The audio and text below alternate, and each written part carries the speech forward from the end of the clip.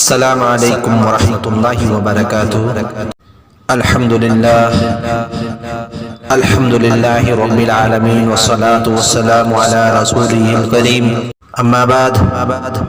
اللہ تعالیٰ کا بے انتہا فضل و کرم ہوا کہ اللہ رب العزت نے ہمیں بہت بڑے ایمان کی دولت سے نوازا ہے۔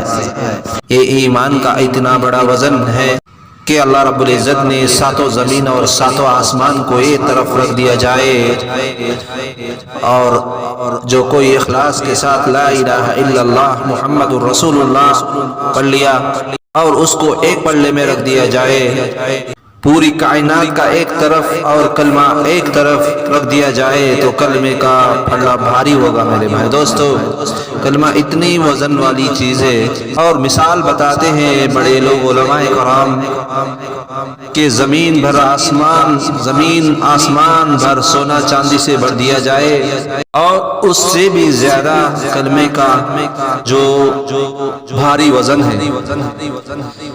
دوستو، اتنی بڑی اہمیت ہے اس کلمے کی۔ اگر یہ کلمہ انسان کے اندر نہیں ہو تو وہ دو جہاں بھی ناکامیاب ہے۔ دوستو، اس کو سوچ کر سمجھ کر اس پر عمل کرنا چاہیے۔ دوستو، اسی لیے مومن کے لیے دنیا قید خانہ ہے اور کافروں کے لیے جنت ہے۔ آمنت باللہ وملائکتہ وکتبہ ورسلہ والیوم الآخر والقدر خیرہ وشرہ من اللہ تعالی والبعث بعد الموت۔ دوستو، 7 چیزوں پر ایمان لانا ہر مسلمان پر، ہر مرد عورت پر، ہر بالغ نابالغ پر فرض ہے۔ آج کئی لوگ دنیا میں ہیں ایمان مفصل یاد نہیں ہے۔ کئی لوگ دنیا میں ایسے لوگ ہیں کہ محمد صلی اللہ علیہ وسلم کون ہے نہیں معلوم، یہ بھی نہیں معلوم، اور ہمارا کلمہ کیا ہے، اس کا مطلب کیا ہے، مفہوم کیا ہے، معنی کیا ہے، معلوم نہیں۔ دوستو، ان چیزوں کو لوگوں کے اندر عوام میں سمجھانے کے لیے میں نے اس ویڈیو کو بنا رہا ہوں۔ اگر یہ ویڈیو اچھی لگی تو لائک، کمنٹ، شیئر، اور نئے لوگ ہو تو ضرور سبسکرائب کرنا نہ بھولے۔ دوستو، سب سے پہلے تو اللہ پر ایمان رکھنا، ایمان لانا۔ سب سے پہلے آمنت باللہ، اللہ پر ایمان لانا۔ میرے بھائی دوستو، مختصر انداز میں میں آپ کو دونوں چیزوں کے بارے میں انشاءاللہ بتانے کی کوشش کروں گا، مختصر انداز میں، موٹے موٹے الفاظوں میں۔ نمبر 1، اللہ تعالیٰ کی قدرت کی نشانیاں، اور اللہ تعالیٰ جو 7 چیزوں کو بنایا ہے ان میں سے 2 چیزوں کے بارے میں آپ کے سامنے عرض کرنا چاہتا ہوں، پیش کرنا چاہتا ہوں، غور سے سنیں۔ دوستو، سب سے پہلے تو ہر مومن کے لیے آمنت باللہ، اللہ پر ایمان لانا۔ کس طرح ایمان لانا ہے؟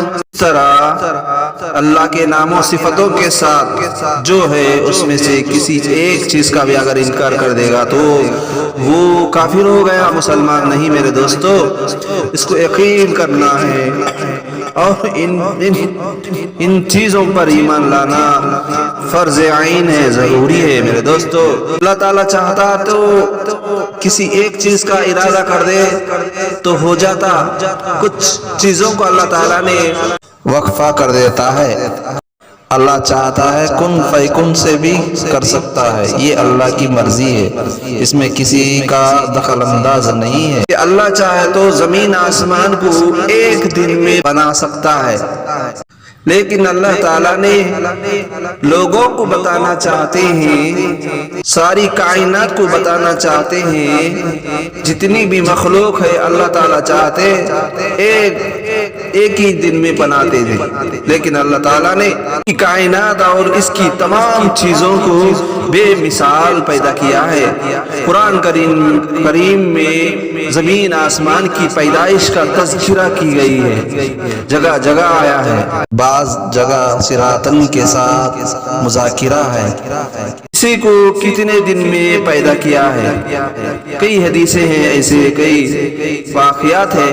ان تمام آیتوں کے سامنے رکھنے کے بعد پیش آتا ہے سب سے پہلے اللہ تبارک و تعالیٰ نے زمین کا مادہ بنایا گیا ہے، اور وہ بھی اس حالت میں تھا کہ آسمان کے مادہ کے دھواں کی شکل میں بنایا ہے. پھر زمین کو موجودہ شکل صورت پر پھیلایا گیا ہے. سب سے پہلے تو دھواں کی شکل میں، اس کے بعد میں اللہ رب العزت نے اس کو زمین کی شکل و صورت میں لایا گیا ہے، اور اس کے ساتھ ہی اس کی تمام چیزوں پیدا کی گئی ہے. اس کے بعد اللہ رب العزت نے ساتوں آسمانوں کو بنایا گیا ہے. اسی طرح زمین و آسمان اور ان کے درمیان کے چیزیں وجود میں آئے ہیں. جتنی بھی چیزیں ہیں اس میں سے کچھ چیزیں نظر آتے ہیں، کچھ چیزیں نظر نہیں آتے ہیں. زمین آسمان کے درمیان کچھ فرشتے ہوتے ہیں. زمین آسمان اس کے درمیان میں جتنے بھی چیزیں بنائے گئے ہیں 6 دن میں بنا دیے. اللہ تعالیٰ چاہتا تو ایک پل میں بنا دیتا. اس لیے میں نے کہا اللہ چاہتا ہے تو کچھ دنوں میں بنا دیتا ہے، اللہ چاہتا ہے تو سیکنڈوں میں بنا دیتا ہے. یہ لوگوں کو بتانے کے لیے، عبرت کے لیے، لوگوں کو سمجھانے کے لیے. جو اللہ تعالیٰ قرآن میں فرماتا ہے ہم نے ہی زمین و آسمان اور ان کے درمیان کی چیزوں کو 6 دن میں بنایا ہے. پیدائش میں تھکان کا کوئی احساس تک نہیں ہوا میرے بھائی دوستو. اللہ کو نہ تھکاوٹ ہوتی، اللہ رب العزت نے اللہ کو اونگ تک نہیں آتا، اللہ کو موت نہیں ہے. اللہ کسی کا بیٹا نہیں، کسی کی بیٹی نہیں، وہ کسی کو جنا گیا نہ جنا. اللہ کسی کا بیٹا ہے نہ کسی کا باپ ہے. بھائی دوستو، اللہ کی تعریف کرنا چاہتے ہیں تو ہمارے پاس وقت کم ہے. سننا اتنا سن سکتے ہیں کہ تمہاری موت تک بھی کیوں نہ ہو، قیامت تک بھی کیوں نہ ہو، تم لکھتے جاؤ، پڑھتے جاؤ، سنتے جاؤ تو پھر بھی ختم نہیں ہوگا میرے دوستو. اللہ کی بڑائی اتنی بڑی چیز ہے. آمنت باللہ و ملائکتی یعنی فرشتے اللہ کے مخلوق ہیں. بھائی دوستو، فرشتے اللہ تعالیٰ کی مخلوق ہیں جو نور سے پیدا ہوئے ہیں. کیا بھائی؟ یہ نور سے پیدا کیے گئے ہیں اور وہ ہمارے نظروں سے غائب ہے. کبھی اللہ کی نافرمانی نہیں کرتے میرے دوستو. انسان تو کر ہی جاتا ہے، تو ان کو کوئی حاجت نہیں ہوتی، کوئی پریشانی نہیں رہتی. صرف اللہ ہی اللہ تعالیٰ ان کو مختلف کاموں پر لگا دیا ہے. کچھ فرشتے سجدے میں رہتے، کچھ فرشتے قیام میں رہتے، کچھ فرشتے ہر وقت انہیں کاموں میں لگے رہتے ہیں. فرشتے بے شمار ہیں. ان کی صحیح تعداد اللہ تعالیٰ کے علاوہ کسی اور کو نہیں معلوم میرے دوستو. لیکن کچھ مشہور فرشتے حضور اکرم صلی اللہ علیہ وسلم نے بتایا ہے کہ 4 فرشتے مشہور مقرب ہیں. نمبر 1 جبرائیل علیہ السلام، جو اللہ کی کتابوں اور احکامات پیغمبروں کے پاس لاتے تھے. ابھی نہیں لاتے بھائی، ختم نبوت کا سلسلہ ختم ہو گیا تو جبرائیل علیہ السلام کا آنا بھی ختم ہو گیا. اسی طرح نمبر 2 حضرت جبرائیل علیہ السلام، جو قیامت میں اللہ تعالیٰ کے حکم سے سور پھونکیں گے. حضرت جبرائیل علیہ السلام پیغمبروں کو اللہ کی احکامات اور کتابوں کو لا کر دیتے تھے، اب نہیں دیں گے. نمبر 2 حضرت اسرافیل علیہ السلام، جو قیامت میں اللہ تعالیٰ کے حکم سے سور پھونکیں گے. نمبر 3 حضرت میکائیل علیہ السلام، جو بارش کا انتظام کرنے اور مخلوق کو رزق پہنچانے پر مقرر ہے. دوستو، سننا اور سمجھنا اور یاد بھی کر لینا چاہے. نمبر 4 حضرت اسرائیل علیہ السلام، جو مخلوق کی جان نکالنے پر مقرر ہیں. وہ ایک ہی بار انسان کے پاس آتے ہیں اور ایک ہی بار دنیا سے اس کو موت لے کے چلے جاتے ہیں۔ یہ کون فرشتہ ہے؟ وہ اسرائیل علیہ السلام جو موت کو لے کے جانے والے ہیں۔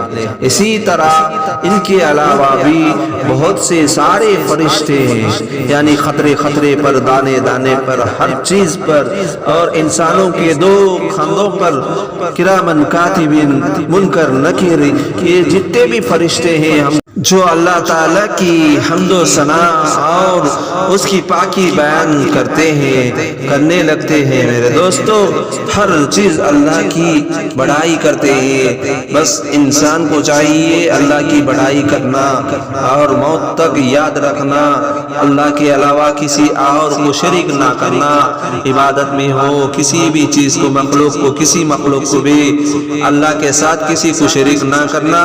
یہ شرک ہے، سب سے بڑا ظلم ہے، یہ سب سے بڑا زمین میں